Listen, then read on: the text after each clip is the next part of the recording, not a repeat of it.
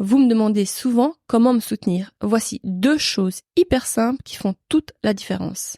En premier lieu, prenez 2 secondes, là, maintenant, abonnez-vous au podcast et notez-le 5 étoiles sur votre plateforme d'écoute. Deuxièmement, partagez cet épisode avec un proche qui, comme vous, est amateur de podcast. Par ailleurs, si vous êtes une marque ou un partenaire potentiel, c'est peut-être le moment de rejoindre l'aventure Audace. Audace. Place à l'audace.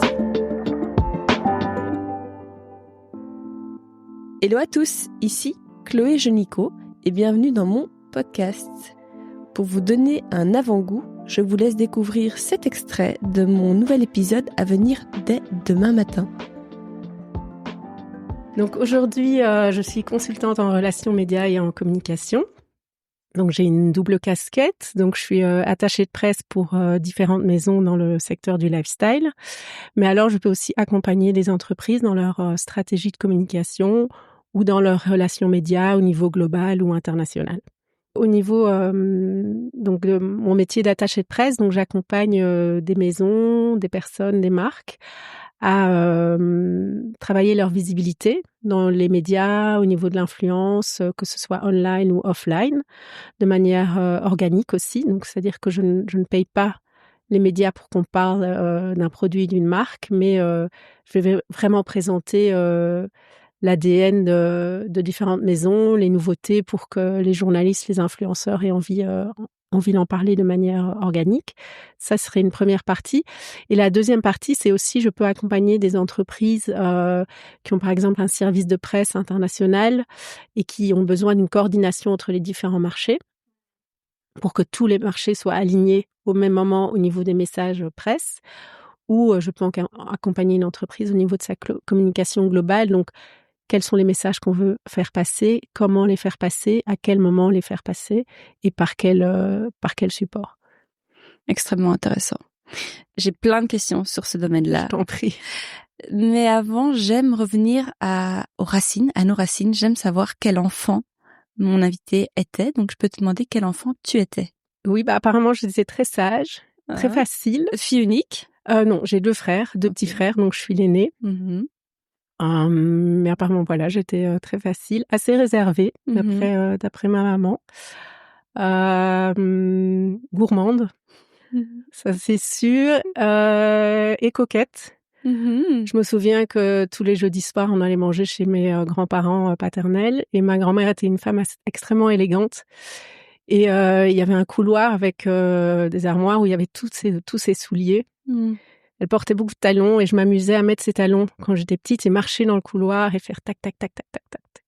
Pendant que les adultes étaient occupés de discuter à table. Ouais. C'est quelque chose qui t'est resté, coquette, la coquetterie? J'aime bien, oui. C'est pas toujours, hein. Je pense que parfois on a toutes des périodes ou des moments où on est un peu plus relax. Mais oui, j'aime bien m'apprêter, j'aime bien m'habiller, oui. On peut revenir sur ton parcours académique? Oui.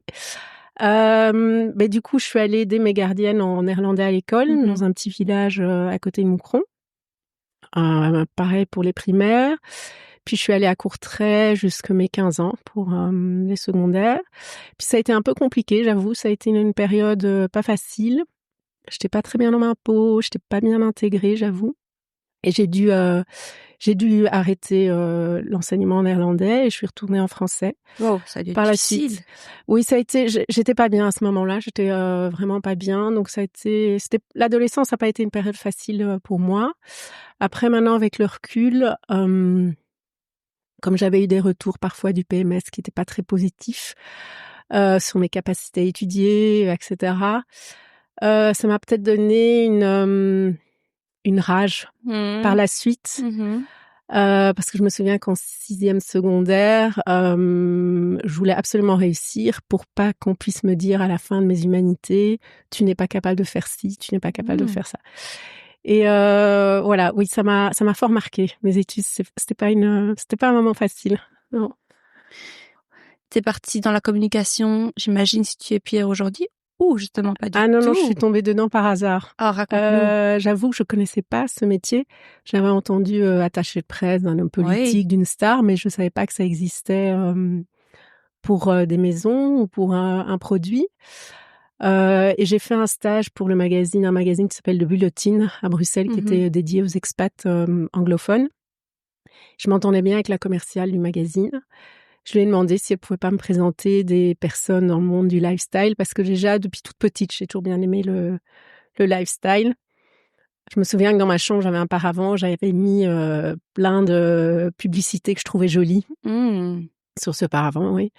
Et elle m'a présenté une personne qui avait son agence de presse à l'époque, enfin qui l'a toujours d'ailleurs, et j'ai rencontré cette personne qui recherchait une stagiaire. Moi, je terminais mes études, donc j'ai dit voilà, c'était pas possible pour rejoindre son agence, mais par contre, elle a fait circuler mon CV.